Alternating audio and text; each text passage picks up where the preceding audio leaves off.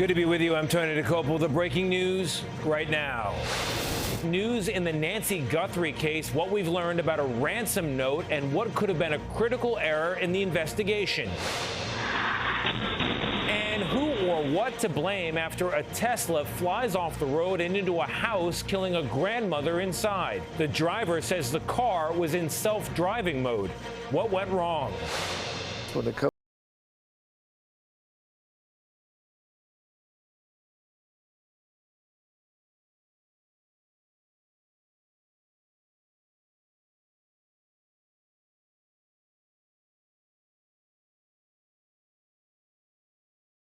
All-timer Lionel Messi does it again and again, making World Cup history on a crucial day of matches. Finally, the good stuff tonight, the story of a children's book self-published more than 40 years ago and now a runaway bestseller. From CBS News headquarters in New York, this is the CBS Evening News with Tony DeCoppel. We turn out to Montreal, Canada, where a man with a long gun and camo on opened fire outside a high-rise building, leaving 2 dead, including a police officer. The shooter is also dead. Here's Chanel Call with late developments and video, which, note of caution, is intense. This video shows a gunman moments before he opened fire near a high-rise in Montreal's Côte-de-Liège neighborhood. Nice hit, he's hit. Shooting and killing a police officer. It's a very, very sad day. It's a nightmare. It led to a shootout with police where the suspect was killed. A civilian was also killed. Another officer injured. The neighborhood was locked down for 3 hours as police searched for a possible second suspect before announcing the suspect acted alone. The target and the threat is neutralized. Shootings, especially ones involving a police officer, are incredibly rare in Canada. It's been 24 years since a police officer was killed in the line of duty in Montreal. It's a tough moment, very, very difficult moment. And as of right now, police have not confirmed a motive. Tony? Chanel, thank you very much. We also have news tonight in the case of Nancy Guthrie, the mother of Today Show co-anchor Savannah Guthrie, missing since February 1st. Over the months, the FBI has taken seriously at least 2 notes tied to the case, including one we can now report that claimed Nancy Guthrie had died. CBS News correspondent Jonathan Vigliotti has details. This is the only way we will have peace. Tonight, we're revealing the contents of a note Savannah Guthrie was responding to in this video recorded on February 7th during the search for her kidnapped mother, Nancy. We received your message, and we understand. Sources tell CBS News the note, believed to have come from her alleged kidnapper, claimed Nancy Guthrie was dead. We beg you now to return our mother to us. The message was the second of 2 notes sent to the family in the first week following Nancy Guthrie's kidnapping on February 1st. The first note was sent 1 day after a doorbell camera captured this masked man appearing to tamper with the camera in the moment before Guthrie vanished. It demanded millions of dollars in cryptocurrency in exchange for Nancy Guthrie's return. The Guthrie family responded, initially hopeful she was alive. Instead, that second message arrived. The family took both notes seriously because they were written in the same language and style and came from the same computer address, according to several sources. Investigators are treating both notes as credible and are still working to determine who sent them.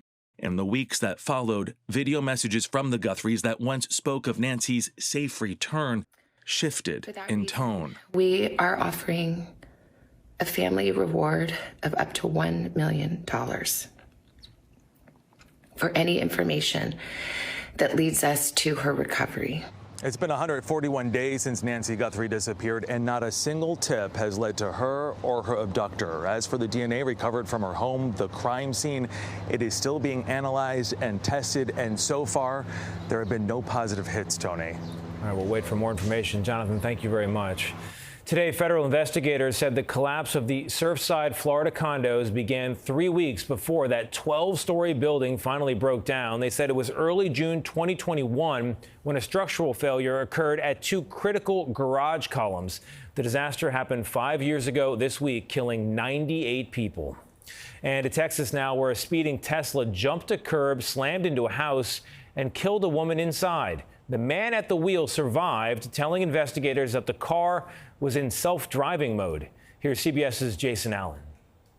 At the end of a cul-de-sac in Katy, Texas, just outside Houston, a doorbell camera captured a Tesla crashing into a house at high speed. 76-year-old Martha Avila was standing in the front room. She was pronounced dead at the hospital.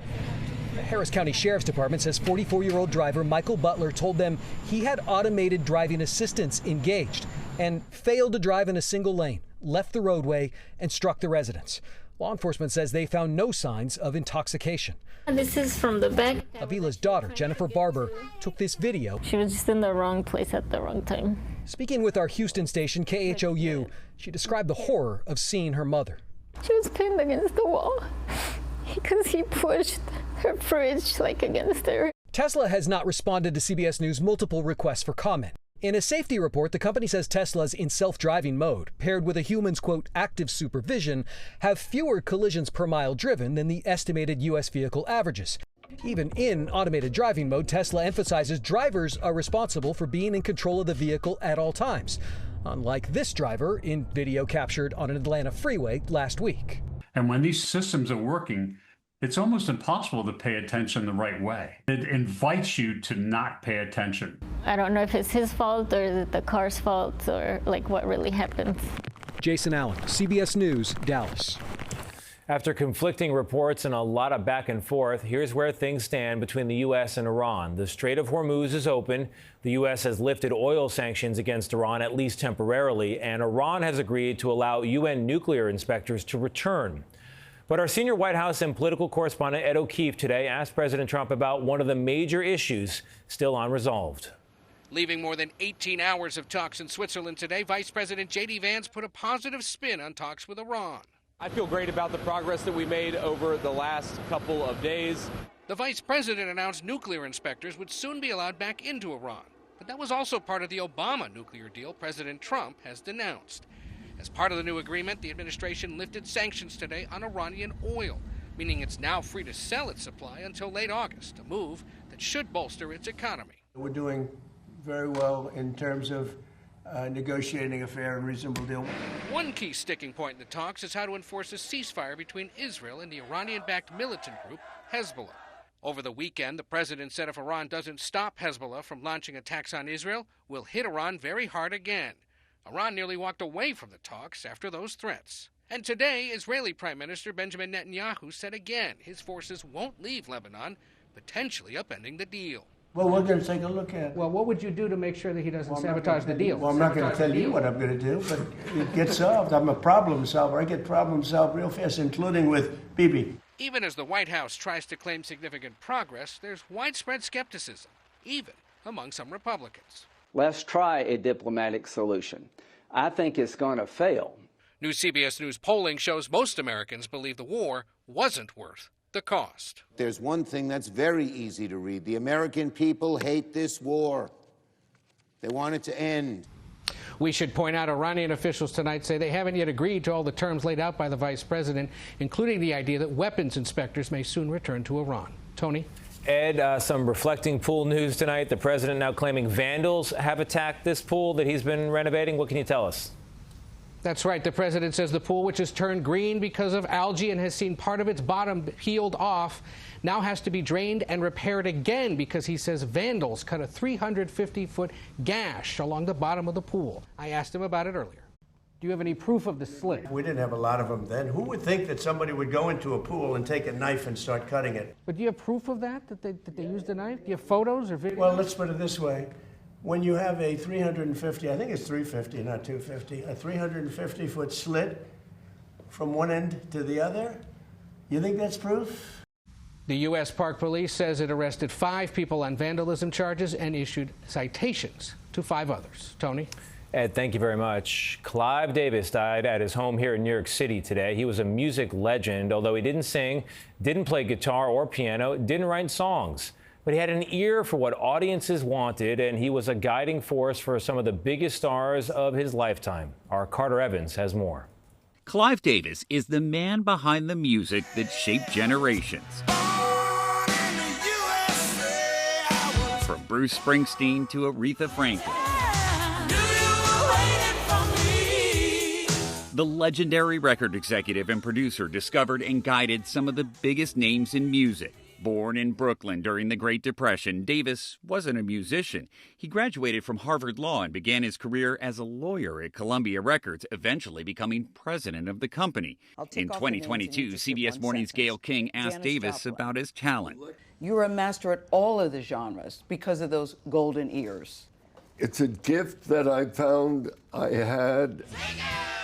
In the 60s, he ushered rock music into the mainstream with artists like Janis Joplin. Davis was forced out of Columbia after being accused of using company funds for personal expenses. He was never charged and maintained his innocence. He then staged one of entertainment's great comebacks. He founded Arista Records.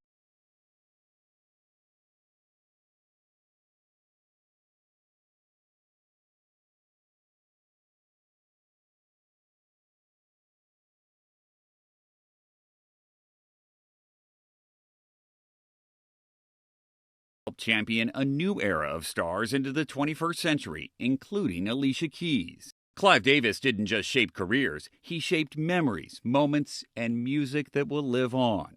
Clive Davis was 94. Carter Evans, CBS News, Los Angeles. Carter Evans for us. Carter, thank you very much. And still ahead on the broadcast, a record-breaking day at the World Cup. What Lionel Messi did to wow his fans today. On this day 12 of the World Cup, we have a new all-time record holder. Lionel Messi, strengthening his case as the greatest ever, has now scored more goals than anyone in World Cup history. And that wasn't the only major action today. CBS News correspondent Lilia Luciano has all the details. In a World Cup filled with drama, perhaps the most dramatic moment yet, Argentina's Lionel Messi breaking the all-time record for most ever World Cup goals with his 17th. The incomparable one then providing an encore with his 18th. The 38-year-old Messi playing in a record 6th World Cup, and he's now scored all 5 of his team's goals this tournament. Today's 2-0 victory over Austria advances Argentina to the knockout round, which the U.S. has already done. USA! Each victory, including the latest 2-0 shutout of Australia, has raised expectations. Some of the biggest stars of this World Cup are the fans. This was the Egyptian celebration after the team's first ever World Cup win. But for pure energy and joy, it's hard to top the Norwegian fans, performing their now signature Viking row in Times Square and on an actual boat. I caught up with them heading to tonight's match against Senegal and asked what has struck them the most about the U.S. It's just the typical American things, the big trucks, the American school buses, Dunkin' Donuts. I mean, everything is so large. And we are getting another World Cup first tonight. Weather becoming an issue in Philadelphia. The match between Iraq and France had to be suspended during halftime because of thunderstorms. Fans were seen leaving the stadiums. And here in New Jersey, the weather could also impact tonight's match between Senegal and Norway. Not that those Viking rowers couldn't handle a little storm, Tony. Well, Lily, even with all the bad weather, what's the mood like there? People are thrilled. I mean, the energy, even within this train station, every time the trains arrive, people show up cheering. I've seen a bunch of those rows, many of those Viking hats. It's World Cup. The whole world is coming together. All right, it's a beautiful thing. Lilia, thank you very much. Appreciate it. We'll be right back. Southwest Airlines said today that one of its airport vehicles struck one of its parked planes at the Memphis airport. This happened Sunday, and passengers were boarding Southwest Flight 4013 at the moment of impact. No one was hurt, fortunately. Southwest says it is investigating. A neighborhood near Tulsa, Oklahoma got an unscheduled fireworks show over the weekend after a fireworks stand caught fire there. It took first responders about 20 minutes to put out the flames and stop all the noise. No one was hurt. Beautiful. In Orange County, Texas on Sunday, an 18-wheeler with up to 2 million bees overturned in a ditch, and the bees got out. You could hear them, residents said. And most people, I'd guess, had no trouble obeying the local advisory to, quote, please remain indoors. Good advice. Up next, the good stuff, how a little-known children's book from the 1980s is now an overnight bestseller.